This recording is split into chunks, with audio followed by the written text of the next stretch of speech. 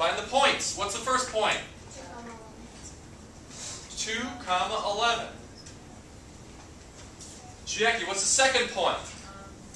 2 plus h and 2 plus h comma, yeah.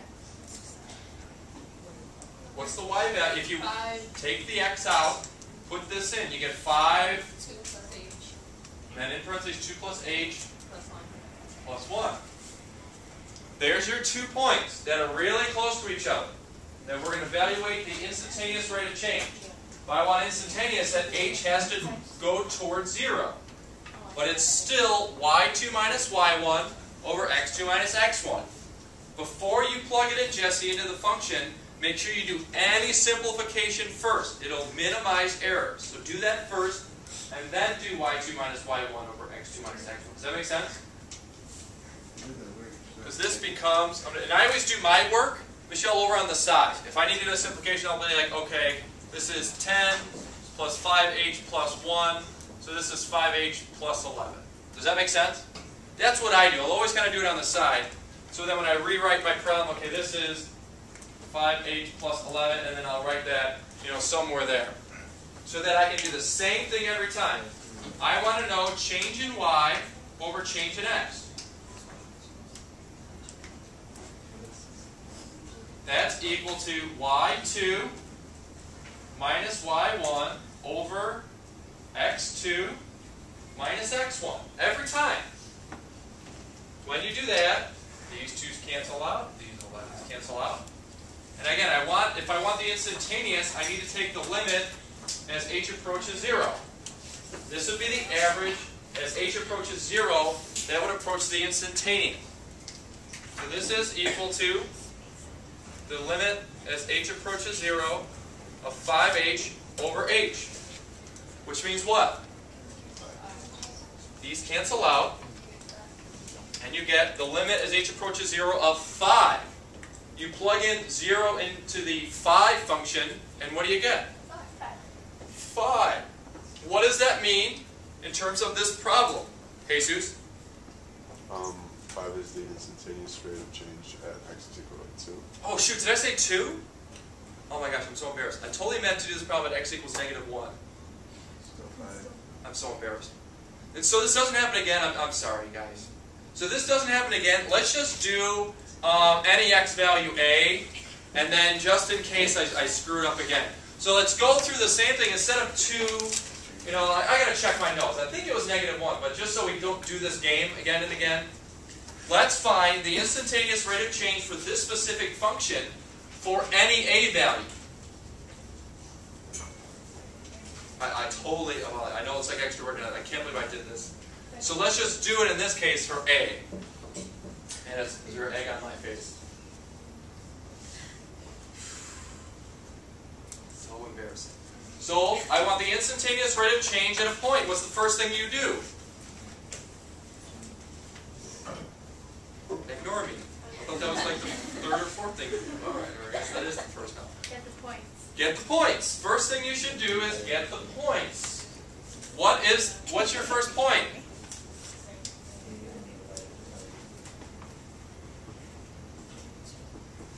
What's your first point? A And 5a plus 1. Again, take the x out, put the new input in. What's the second point? Second point is a plus h, comma, 5 parentheses, a plus h plus 1. Before I do change in y over change in x, I'm going to do any simplification I can. I always do it over on the side. Again, I do one step at a time. I write my 2 points, and then I'll do my little work over on the side. So that doesn't simplify it all. And then I'll write that right below so I know my 2 points. And then what do? Yeah, then you find the change in y over change in x. For your 2 points, change in y over change in x. And I want this for a really small interval. So as h approaches 0, y2 minus, and again, when you subtract now, be careful with this, Jesse. Again, you're subtracting the whole thing. You know what I'm saying? So minus parentheses. Or another way to look at it, Eves, is just change the sign on it. If you want to subtract this, just change the sign on everything. Because you're subtracting the whole thing, not just the 5a. Does that make sense? Allie, how are we feeling with that? Okay. All over a plus h minus a. Let's see, what do we get here? These cancel out, these cancel out, these cancel out. It's the same. What is that telling you? It's exactly what it's telling you. The algebra isn't lying. Algebra doesn't lie. It's the same.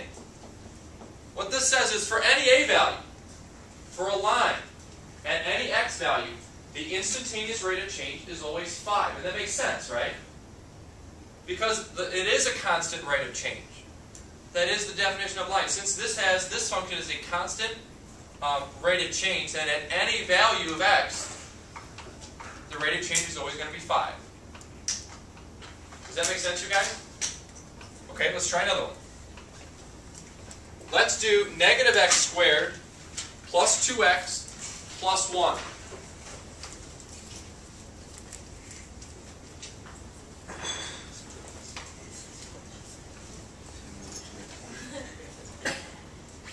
Negative x squared plus 2x plus 1. So let's do it at x equals 3. I want the instantaneous rate of change for this function at, and this is the negative. So as soon as we throw one little negative sign, this is where a lot of the algebra starts getting a little funky. So be careful.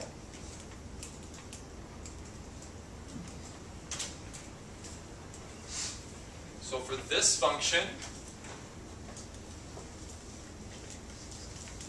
what is the instantaneous rate of change? And again, check with their partner. Are they getting it? Do your points first. Do you have the same points? Do your simplification. Then check your simplification. Check each kind of step of the process with the group. Make sure they're all good. See, that doesn't help. They're all going to shake their head and say, yeah. Like, check the specific values. Are you all good? Yeah. What are your 2 points? What did you get when you simplified it? Of course they're going to say, yeah. You know what I'm saying, Marco? Because they want you to leave them alone. 3 and negative 2. Do we agree with that? The first point is 3 negative 2. 9 minus 9. 6. Check them. Did you have negative 2 or do you have? So we have some different numbers. Check it with the group. Again, here's the algebra. How do you plug these values? So that's what I'm saying. Check each step. Otherwise, you're going to carry errors through the entire problem. Check each step when you're starting these out. You have to work with a group. Otherwise, it just gets too frustrating. You spend 10 minutes on a problem and figure out you made an error, a sign error on the first line. It's just annoying. I mean, I get annoyed with that. That's me personally. So check it in.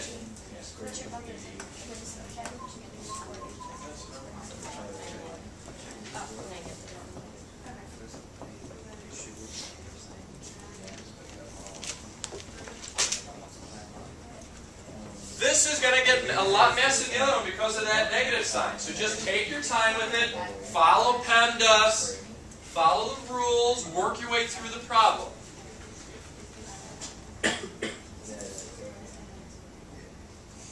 But again, check it